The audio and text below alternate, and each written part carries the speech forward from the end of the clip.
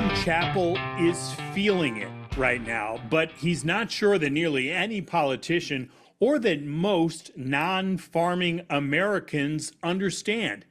Adam is a fourth-generation farmer in Arkansas, and he is deeply concerned about how many family farmers will be able to keep going, including himself. Hi, I'm Dave Price, and this is the American Farmland Owner Podcast.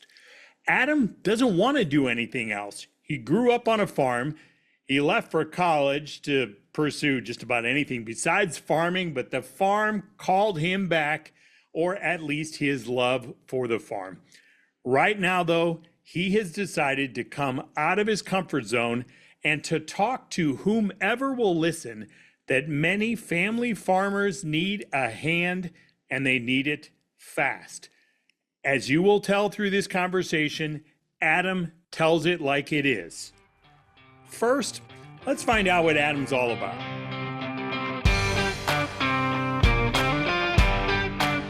All right, so tell us, how'd you get into this? How'd you get to where you are? Yeah, so I'm a Or do fourth you need a generation stiff farmer. drink to tell that story?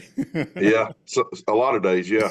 No, I'm a fourth generation farmer. You know, my family's been doing this a long time, and uh, I really went off to college. My brother and I both kind of went off and decided we didn't want to farm because Dad worked the piss out of us when we were kids. He tried to run us off this farm because he knew it was tough, and he wanted us to go be doctors or something. But anyway, we went off and got degrees, and I was finishing my master's, and was talking to my brother on the phone one day, and I was like, "Man, you want to try this farming thing?" And he said, "Yeah, let's go try it." So here we are, and you know, my brother he farmed with me till 2023, and he kind of saw the writing on the wall. He's good at that. He's a real strategic thinker, and he was smart enough to cash his chips in 23 and go do something else. And I guess I got the short end of the brain stick because I'm still fighting this thing. So anyway, that's kind of where we're at right now. So not to get too deep on you early on, but like, do you think your dad truly wanted you and your brother to do something else just because he knew how hard it was, or in his heart, did he hope that you'd come back, do you think? I think he probably wanted us to come back.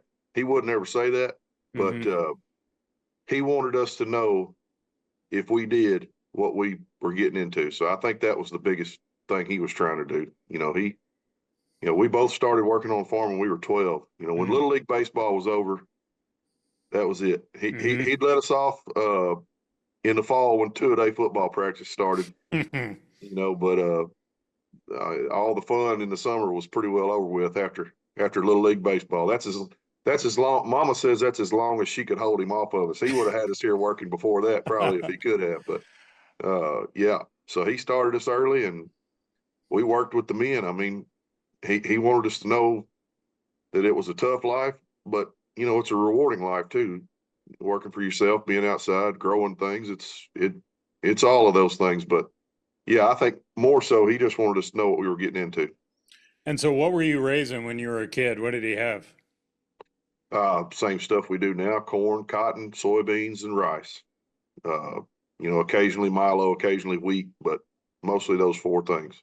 And is that the way that the two generations before him, did they do the same? Well, you know, cotton was a real big thing in Papaw's day and before that. Okay.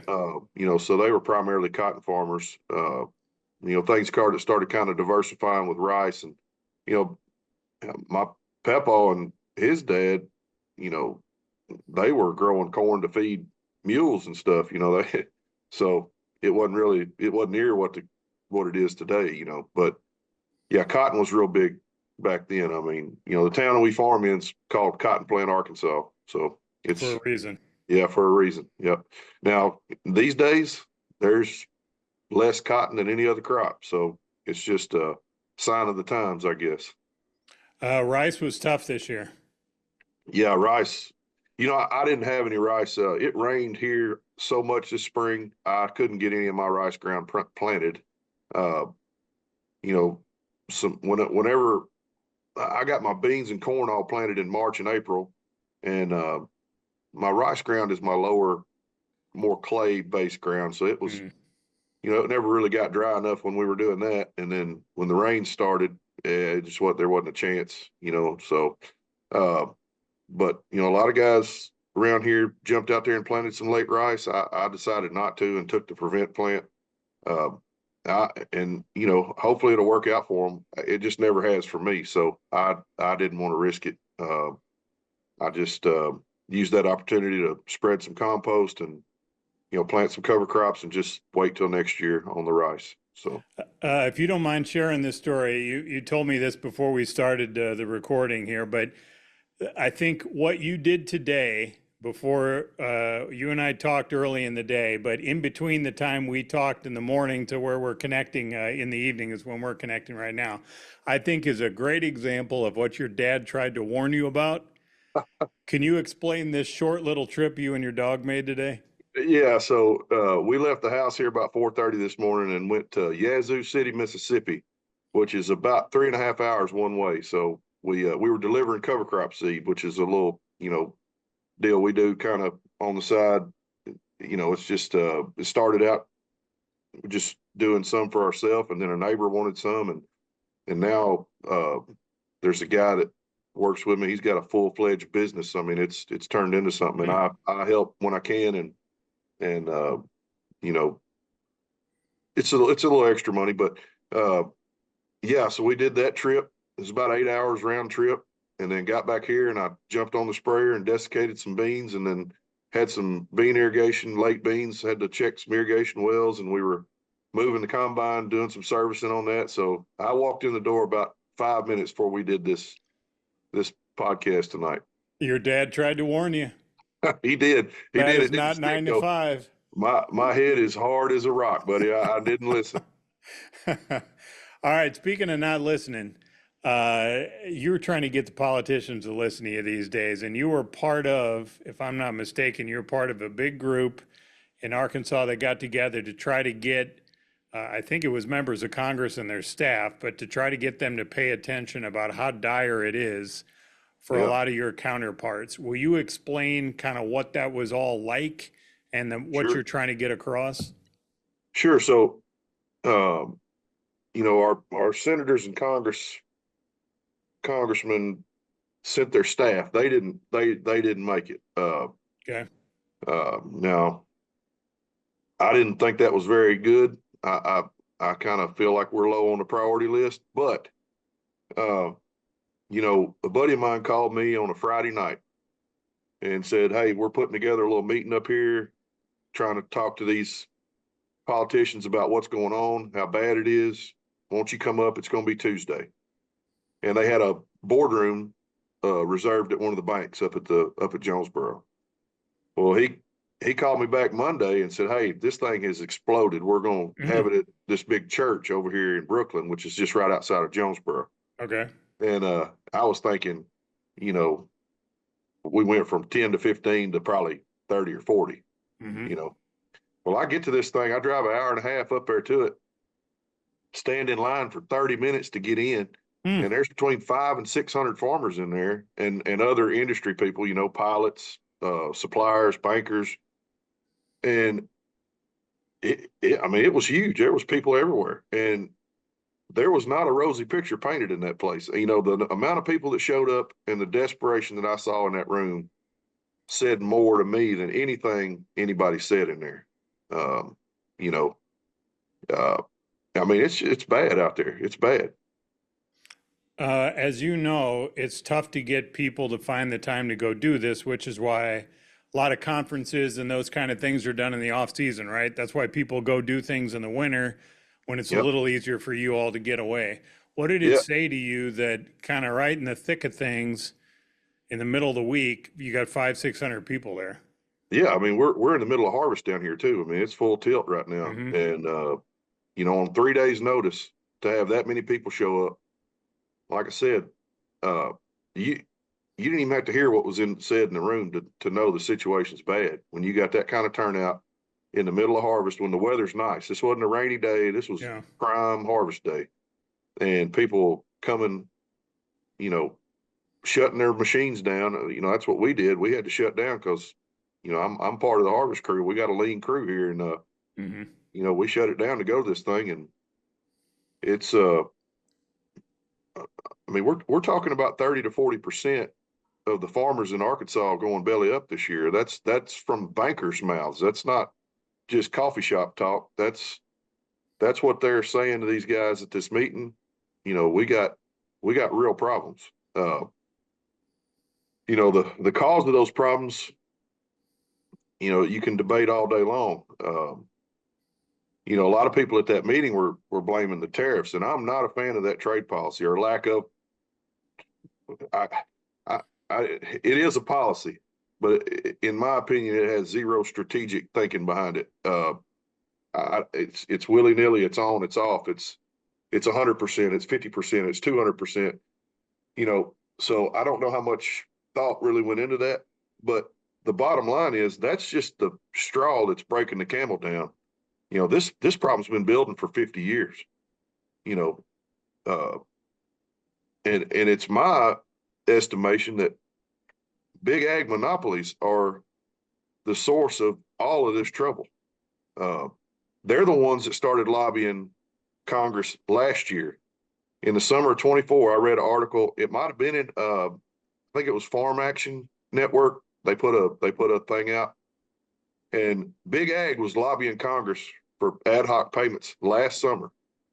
Now, farmers weren't asking for those payments. Big Ag was. And it's because they knew what was coming, and they didn't want to lower their price. They didn't want to do anything. They wanted to maintain that huge profit margin. So they started hitting the government up to give us subsidies so we could send them right on down the line to them. And that is a broken system.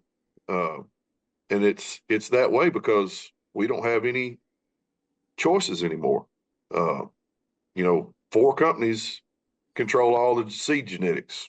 2 or 3 companies control all the fertilizer. 2, maybe 3 companies control all the machinery. That's recipe for disaster. That's not capitalism. That's not free market. That's oligopoly, monopoly.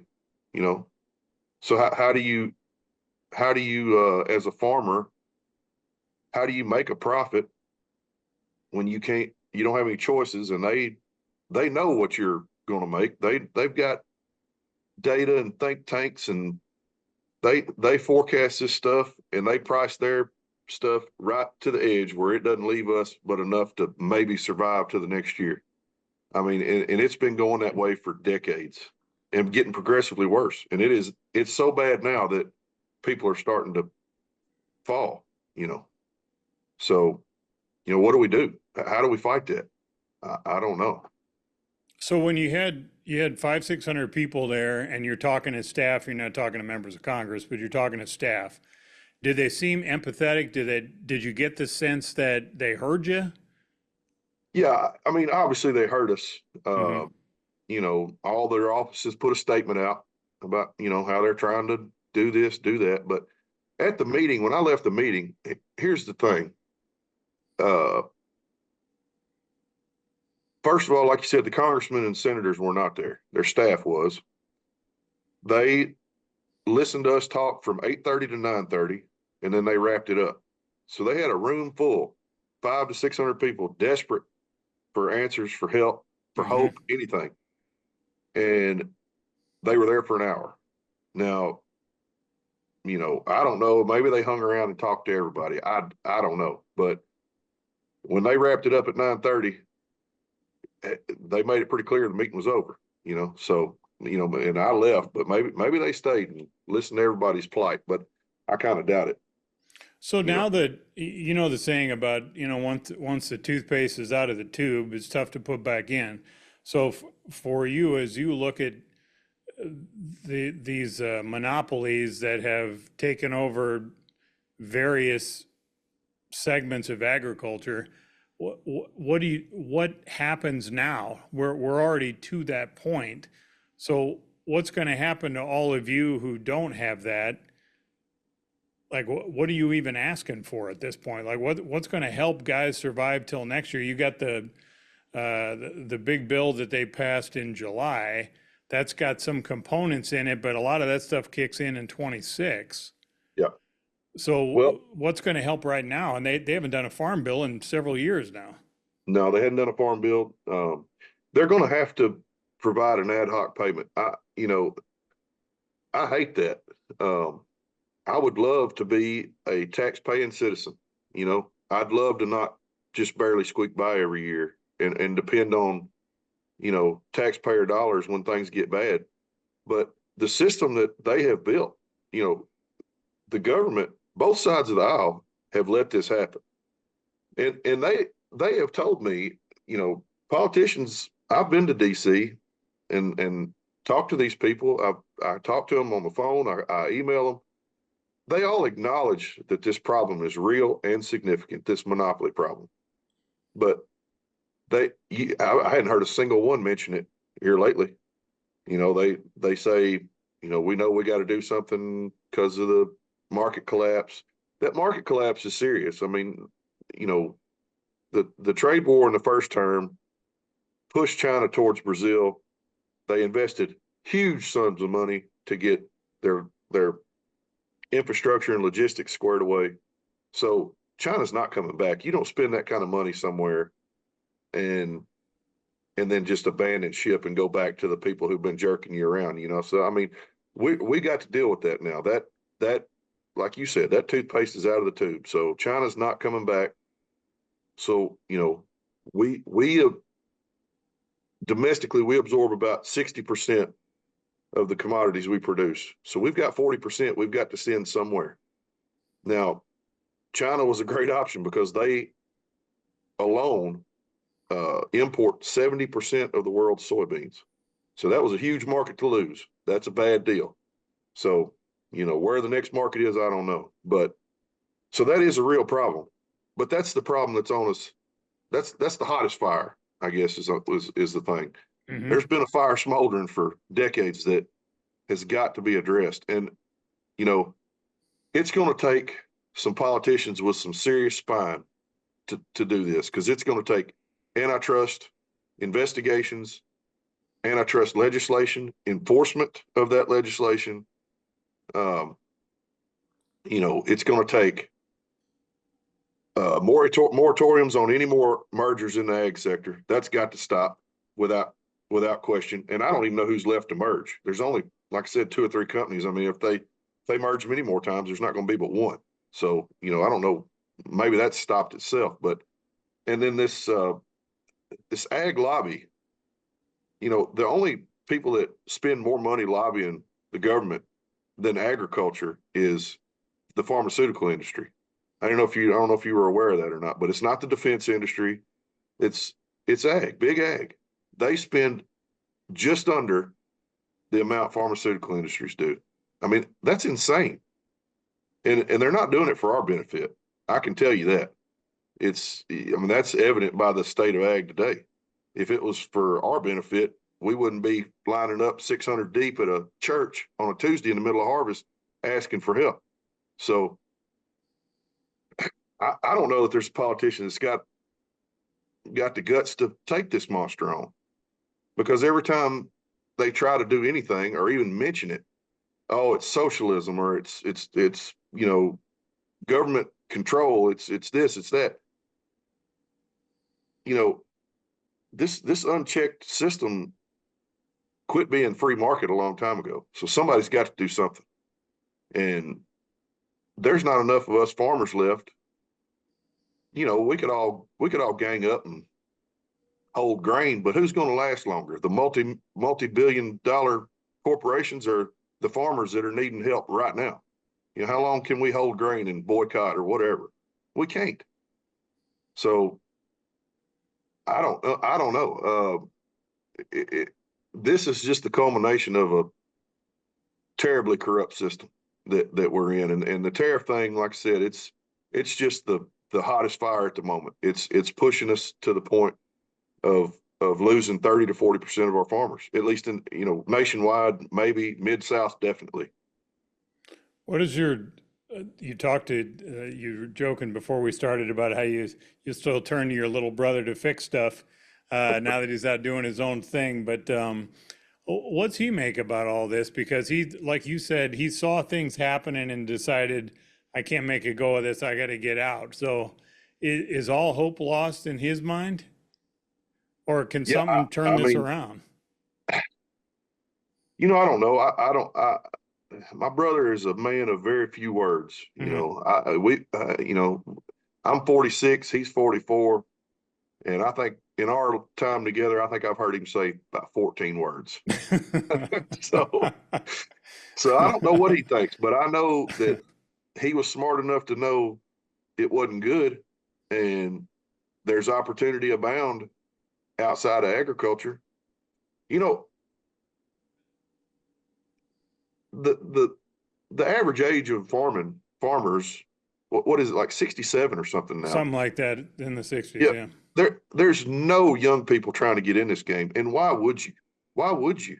I mean, look at this. The price to entry, if you don't have a family already started, or Hmm. another farmer willing to mentor and back you, there's no way you get in this and survive, because the amount of debt you'd have to take out to afford these tractors, combines, even buying used equipment.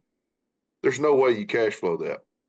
These investment groups that are coming in and buying farmland and wanting 4% on their money when they're paying overpriced for farmland, and then they turn around and charge us ungodly rents. We can't outbid them to stop them, first of all. And then when they come in and charge us these rents, now with 30 or 40% of the farmers going out, we may have some options on that. We may say, no thanks, there's plenty of land available because there's nobody around to farm it. So that may solve itself here coming up for temporarily. But, you know, there's there's no way for a young person to get in this game without major help, you know, and make a go at it. So, you know, say we do all survive, this crisis and the next crisis, whatever. A bunch of these guys are fixing to be out because they're too old, So the cliff edge is coming. Which cliff it is, who knows? I don't know. But unless there's some major changes, we're going to age out or we're going to get pushed out. So uh, I see all the problems. I don't have any answers. So, you Hmm. know, I wish I did. And I wish I had the power to enact some of them. But I'm just one guy out here with a bunch of buddies doing the same thing, asking the same questions. We don't know where to turn. And does it feel like a lot of the people around you, they're in the same boat?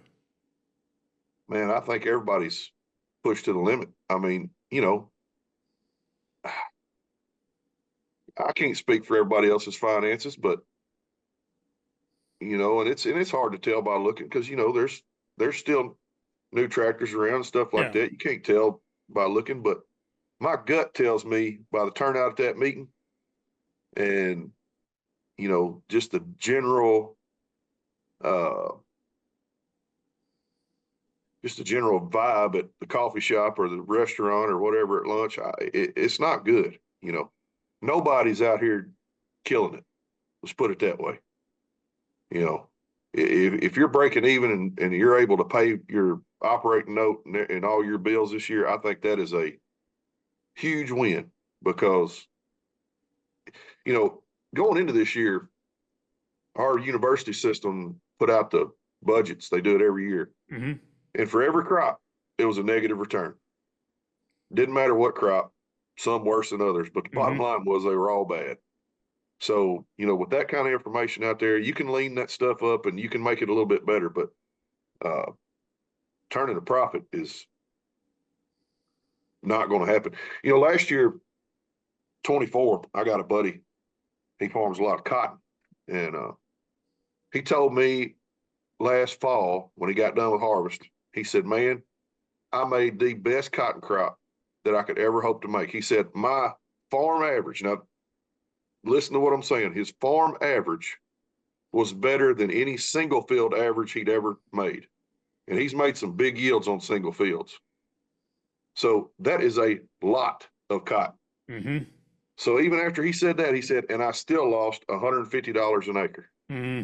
on every acre of cotton. Now, if you can't break even, much Hmm. less make a profit on a crop you will probably never see again in your life, Hmm. what's the point? what is the point? You know, and that was last year. This year, yields aren't. I mean, they're solid, but they're not record breaking. Hmm. So, and nothing else has changed. So, I can't imagine anybody's really just tearing it up this year. Do you ever wonder sometimes if you all aren't just too good at what you do? Man, I don't know. I think we've been forced into that. You know, Do you? you've got the only way to survive anymore is to produce more. Hmm. But that's a treadmill that once you get on, it's hard to get off because if you're going to produce more, it's going to take more fertilizer. It's going to take more everything, you Everything. know? Hmm. So are we helping ourselves? Are we hurting ourselves? I don't know. The bottom line is you can't make decisions anymore that are, I don't want to say best for the farm. It's kind of hard to explain, but Kind of you can't think longer you term. can't think long term. That's right. Hmm. You Hmm. can't strategize down the road. First of all, because you don't know what next year is going to be, because there's no stability in anything anymore, and you have to put out the just like with the tariff, you got to put out the immediate fire. And right now, the immediate fire for everybody in the state, I would think, is surviving to next year's planting season. So, who's thinking about, what could I do this fall to, what little extra could I do here to Hmm. to make next year better? You're lucky to make it to next year. So it's just not it's not fun anymore.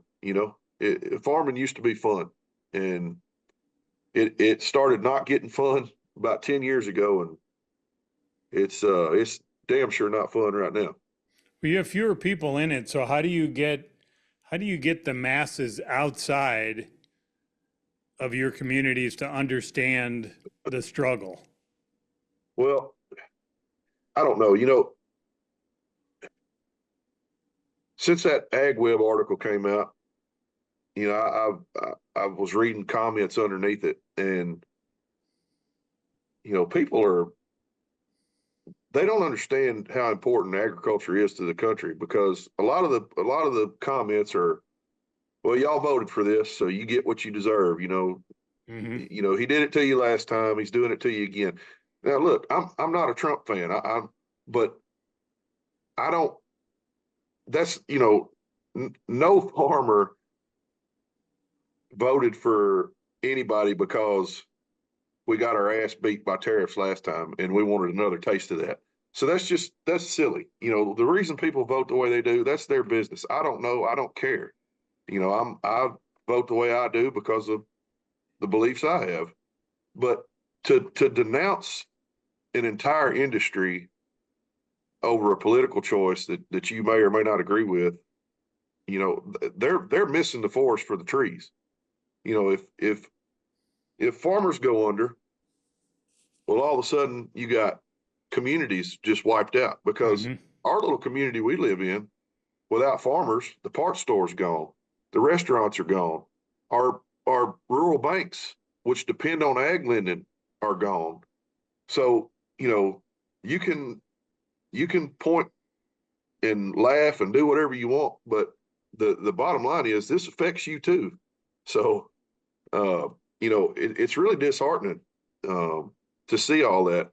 So getting the public to understand is like a lot of things these days. You just might as well scream at a brick wall. People are dug in on their side of things, and they refuse to listen to the other side. And you know,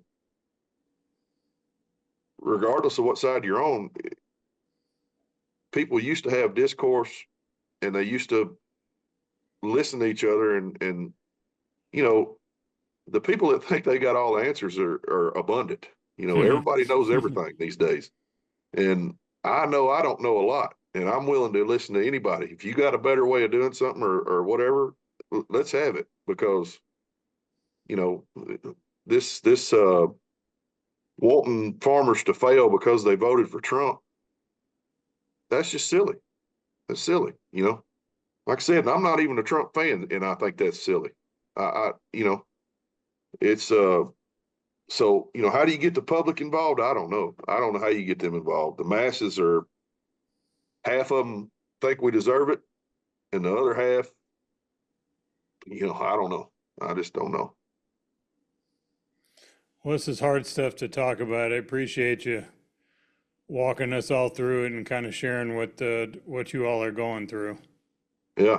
Well, I, it's a story that's got to be told because, and I may not be the right person to tell it. I'm just the one talking right now. So, but if nobody says anything, we're going to keep going like we're going. And, where does that lead us? It's definitely not an abundance of family farms.